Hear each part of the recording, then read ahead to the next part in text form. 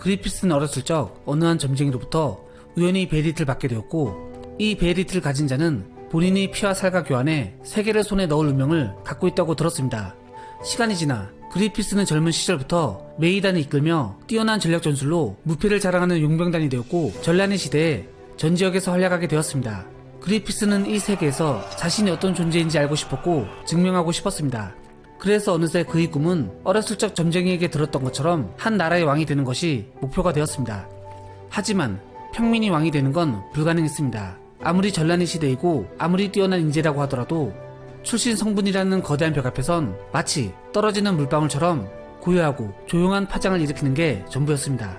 설사 나라를 세운다고 한 듯 강대국 사이에서 수많은 침략으로 금세 멸망당할 것은 틀림없었고, 대국들 입장에서도 자신의 영토에 나라가 생기는 걸 달갑지 않게 여길 것이었습니다. 시라트가 일족을 다시 세우기 위해 쿠샨 제국 진영에 참가했던 것처럼 나라를 세우기 위해선 명분도 중요하지만 강력한 군사력과 힘이 받쳐주어야만 했습니다. 그리피스 그가 정말 왕이 될 가능성이 있다면, 만약 그것이 존재한다면 유일한 기회는 미들랜드 국왕의 딸 샬로트 공주와 혼인하여 왕족이 되는 것이었습니다. 베르세르크 세계관에선 튜더 제국과 미들랜드는 100년 전쟁을 하고 있었습니다. 물론 난공불락이라 불리는 돌도레이를 튜더에게 뺏긴 걸 보면 미들랜드가 얼마나 무능할까라고 생각할 수 있지만, 다르게 생각해보면 100년이나 강대국과 싸울 만큼 저력 있는 국가라는 걸 알 수 있습니다. 그리고 튜더 제국은 그란트 공국과 전쟁한 것처럼 쿠샨 제국이 등장하기 전 주변국을 마구잡이로 침략했던 강력한 전쟁 국가였고 깡패 같은 존재였습니다. 그리고 그런 강력한 나라에게 맞서며 자신들의 이익만 쫓는 귀족들을 이끌고 미들랜드를 지켜내었던 국왕이라면 반드시 그리피스 자신을 인정해줄 거라고 생각했고, 이미 사전조사를 통해 국왕의 성향을 파악했을 것입니다. 현재 미들랜드 또한 새로운 변환점을 맞이해야 했습니다. 현재 귀족들은 전통적이었고 보수적이었으며 무능력했습니다. 튜더 제국의 강력한 기마병과 궁병을 상대로 병사들에게 충성과 대의만을 강요하며 죽음으로 내모는 무모한 돌진을 시킨 것만 봐도 알 수 있습니다. 그래서 그런 귀족만으로 미들랜드를 지킬 수 없다고 생각한 국왕은 마침내 메이단이라는 용병단을 눈여겨보게 됩니다. 그때 당시에 메이단은 전쟁의 사신이라고 불릴 만큼 엄청난 유명세를 떨쳤고, 다른 용병단들은 메이단이 있는 전쟁을 참전하는 걸 꺼려했을 정도였습니다.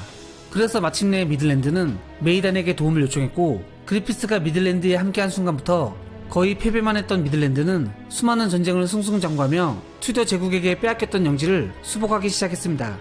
그래서 국왕은 뛰어난 전략 전술로 모든 전쟁에서 승리하는 메이단의 능력을 높이 샀으며, 그리피스는 점차 국왕의 총애를 받게 되어 귀족이라는 자귀까지 수여받게 됩니다. 하지만 그리피스를 탐탁지 않게 여기는 귀족들이 많았습니다.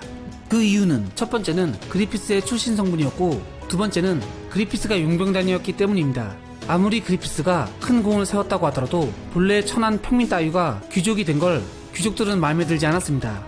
애초에 용병들은 대부분 고향에서 쫓겨나온 신세이거나 너무나도 가난해서 어쩔 수 없이 목숨을 담보로 이 길로 들어선 사람들이었기에 약탈도 서슴없이 일삼는 용병들에겐 충성도 대의도 없다고 생각했습니다.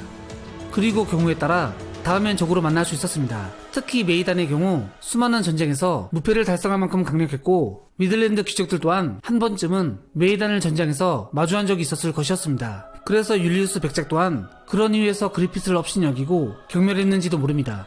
하지만 그리피스는 수많은 음모와 견제 속에서 전쟁을 승승장구하며 입지를 넓혀갔습니다. 물론 몇 번의 위기가 찾아왔지만 불사신조드와 마주치고도 살아남았고, 자신을 암살하려고 시도했던 율리우스 백작까지 제거하는데 성공하게 되었습니다. 그리고 난공불락이라 불리는 돌도레이 공성까지 성공하여 다시 한번 미들랜드의 깃발을 꽂으며 튜더 제국과 휴전협정까지 이루어내었고, 마침내 100년 전쟁의 종지부를 찍었습니다. 그래서 오랜 전쟁으로 고통받던 미들랜드 백성들의 영웅이 되었습니다. 그리피스의 미래는 그야말로 탄탄대로였습니다. 하지만 승리를 축하하는 연회 때 가츠는 메이단을 떠나려 했습니다. 가츠는 예전에 프롬도스 관에서 그리피스가 샬로트 공주에게 꿈이 없는 사람에 대해 부정하는 말을 우연히 듣게 되고, 그날 이후 마음이 복잡했습니다. 가츠는 그리피스의 부하가 아닌 동등한 입장이 되고 싶었고, 늘 다른 이의 꿈에 휩쓸려 지금까지 목표가 없었던 자신에게 부끄러움을 느꼈습니다. 그리고 가츠는 그리피스가 꿈을 이루는 과정을 가장 가까이에서 지켜보았고, 그를 위해 한치의 망설임도 없이 전장에 뛰어들었습니다. 그리고 마침내 돌도레이 공성까지 성공을 하고 전쟁을 종결짓자 가츠 자신은 더 이상 전쟁 없는 메이단에 있을 필요가 없다고 생각했습니다. 그래서 예전부터 자신 스스로에게 질문했던 자신만의 길을 찾기로 하고 떠나기로 합니다. 가츠는 그리피스와 동등한 입장으로서 부끄럽지 않는 상대가 되고 싶었습니다. 뒤늦게 소식을 들은 그리피스는 가츠를 제지했습니다. 하지만 가츠를 막을 이유가 없었기에 예전에 그랬던 것처럼 결투로 결정짓기로 하고 서로에게 검을 들었습니다. 그때의 그리피스는 가츠가 자신의 것이 아니라면 차라리 죽이는 게 낫다고 생각할 정도로 이성을 잃었으며 집착하고 있었습니다. 하지만 결과는 뻔했습니다. 그리피스는 어느 순간부터 메이단의 전투에서 벗어나 지도자로서 외교와 전략에 집중했지만 가츠는 끊임없는 수련과 전쟁터에서 매일 사선을 넘어왔습니다. 결국 그리피스의 천부적인 재능도 가츠라는 괴물을 이길 수가 없었습니다. 가츠도 그걸 알고 있었기에 애초에 그리피스의 검을 부러뜨릴 생각으로 내리쳤고, 그리피스는 처음 가츠와 싸웠던 것처럼 공격해오는 검을 흘리고 반격하려고 했지만 자신의 검이 너무나도 간단하게 부서지면서 무릎을 꿇고 말았습니다. 그리피스는 떠나가는 가츠를 잡을 수가 없었습니다. 사실 그렇게 완벽주의였던 그리피스가 속마음을 털어놓을 정도의 사람은 그동안 가츠밖에 없었고, 마치 산과 같은 존재가 사라진 그리피스의 마음엔 공허함만이 그를 삼켰습니다. 결국 그런 마음속에서 밀려오는 불안감은 극한의 외로움으로 바뀌었고, 그리피스의 냉정한 판단력을 어지럽혔습니다. 그리고 끝내 마음이 성급해져 샬로트 공주의 침실로 찾아가게 되었습니다. 그리피스 또한 궁안의 눈과 귀가 어느 곳보다 빠르다는 걸 알고 있었을 것이었습니다. 반드시 이번 일은 국왕의 귀에 들어갔을 거라고 생각했습니다. 하지만 자신의 숙적 유리우스 백작을 제거했기에 현재 미들랜드를 지킬 수 있는 제대로 된 병력은 메이단밖에 없었습니다. 그리고 샬로트 공주 또한 그리피스를 좋아했고 그를 받아들였기 때문에 평소에 출신 성분을 따지지 않는 국왕이라면 어쩌면 관계를 인정해 줄 거라고 생각했습니다. 하지만 그건 위험한 도박이었습니다. 그리피스는 분명 한 가지를 간과한 점이 있었습니다. 미들랜드 국왕이 샬로트 공주에게 가지는 감정을 몰랐을 것이었습니다. 국왕은 자신의 딸 샬로트 공주를 여자로 느꼈으며 안고 싶어 했다는 것을 진작 눈치를 챘어야 했습니다. 사실 혼인 정년기가 되었음에도 불구하고 샬로트 공주가 어떠한 혼담이 없었다는 사실은 처음부터 이상했습니다. 그 사실을 먼저 알았더라면 율리우스를 제거한 시점에서 국왕도 암살해야 했습니다. 물론 그리피스에게 절대적인 지지를 해준 국왕을 제거한다면 자신의 입지가 흔들릴 수도 있었고 위험한 도박이었겠지만, 국왕의 존재는 어쩌면 유리우스 백작보다 더 위험한 존재였습니다. 마침내 소식을 들은 국왕은 자신에게 가장 소중한 샬로트를 범한 그리피스를 용서할 수 없었습니다. 여태껏 자신은 그리피스를 총애하며 귀족이라는 자귀까지 내렸지만 그리피스는 국왕에게 소중한 샬로트 공주의 처음을 가져갔습니다. 국왕은 자신도 하지 못한 것을 그리피스가 빼앗아 갔다고 느꼈습니다. 그래서 삐뚤어진 분노에 휩싸였고 그리피스를 잡아들여 재생의 탑에서 죽지도 못한 채 끔찍한 고문을 당하게 만들었습니다. 하지만 그리피스는 생각했습니다. 자신이 이렇게 재생의 탑에서 모진 고문을 당하고 있지만 반드시 메이단이 자신을 구하러 올 거라고 믿고 있었을 것이었습니다. 어둡고 냄새나는 더러운 재생의 탑 아래에서 온몸이 유린당하면서도 끝까지 버텼을 것이었습니다. 하지만 가츠와 그리피스가 없는 메이단은 마부가 타지 않는 마차와 같았고 그들도 미들랜드 군에 쫓기고 겨우 생사를 유지하는 것이 전부였습니다.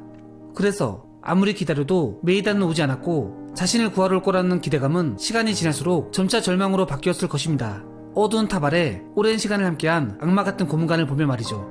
하지만 그리피스는 모진 고문 속에서도 꿈을 잃지 않았습니다. 고문에 지쳐 잠들어버린 꿈속에서도 성을 향해 뛰어가는 자신을 보게 됩니다. 하지만 서서히 그리피스는 가츠의 존재가 자신의 꿈보다 더 빛났다는 걸 스스로 느끼게 되었습니다. 전쟁 속에서 느꼈던 죄책감과 불안감, 말할 수 없는 고뇌 속에서 늘 한결같고 절대 꺾이지 않을 것 같은 가츠는 그리피스에게 늘 정신적인 버팀목이 되었고, 불가능하거나 어렵다고 생각한 임무도 가츠의 존재감 하나만으로 전부 헤쳐나갈 수 있었습니다. 그래서 그리피스는 메이단 그 누구보다도 가츠를 의지하고 있었습니다. 이런 비참한 환경 속에서도 수백 명, 수천 명의 아군과 적군들 중 가츠는 그리피스에게 유일하게 꿈을 잊게 해주는 존재였습니다. 어느새 그리피스도 모르게 자신의 꿈보다 가츠의 존재감이 더 클 만큼 말이죠. 그는 그 사실을 가츠가 떠나고 재생의 탑에서 자신의 꿈과 서서히 멀어지면서 알았을 것입니다. 그리고 지옥 같은 시간을 지나 그런 가츠가 자신을 구하러 왔을 때 그리피스는 분노를 느꼈습니다. 어쩌면 지금의 상황도 가츠 탓으로 돌렸을 것입니다. 그만 있었더라면, 곁에 있어 주었더라면 그리피스 자신 또한 이렇게 되지 않았을 거라고 생각했습니다. 그래서 감정이 폭발한 그리피스는 분노로 인해 눈앞에 있는 가츠의 목을 있는 힘껏 졸랐습니다. 하지만 모든 심줄이 끊긴 그리피스의 손은 전혀 힘이 들어가지 않았고, 그런 분노의 감정도 잠시 자신을 안고 눈물을 흘리는 가츠를 보고 순간 모든 걸 용서해 버립니다. 그렇게 저주했던 1년을 한순간에 잊고 오히려 자신은 괜찮다는 듯 가츠를 위로하며 그의 손을 잡아 주었습니다.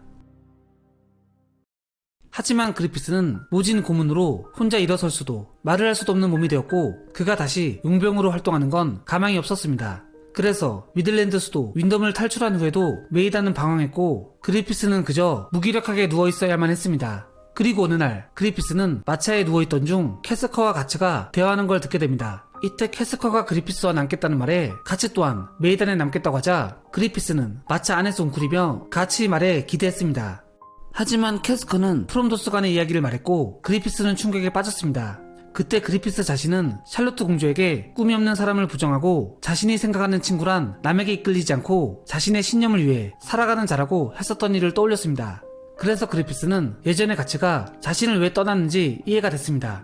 그동안 자신의 목표를 위해 함께하는 가츠를 친구로서 부끄럽게 만들었던 것이었습니다. 그리피스 또한 자신에게 있어 가츠의 존재감이라는 것을 결국 지금 모든 것이 끝난 후에야 깨달았습니다. 가츠의 존재는 처음 꿈이라는 걸 잊게 해준 인물이자 다시 그리피스의 꿈을 기억나게 해주었습니다. 그래서 그리피스는 절망했고 극단적인 생각을 하게 되었습니다. 자신 스스로가 너무나도 부끄러웠습니다. 한때 모든 이들에게 희망이었던 자신이 꿈을 잊은 채 짐짝 같은 존재가 되었다는 걸 참을 수가 없었습니다. 꿈을 잃은 자신은 더 이상 살아갈 이유가 없었죠.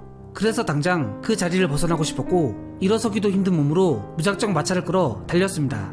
그리고 마차가 무언가에 부딪혀 충격으로 자신이 강으로 떨어지자 주변에 널브러져 있는 뾰족한 나무를 보고선 자살을 하려고 했습니다. 하지만 그때 우연히 베리트를 다시 찾게 되고 그리피스는 끝내 모든 걸 바치게 됩니다.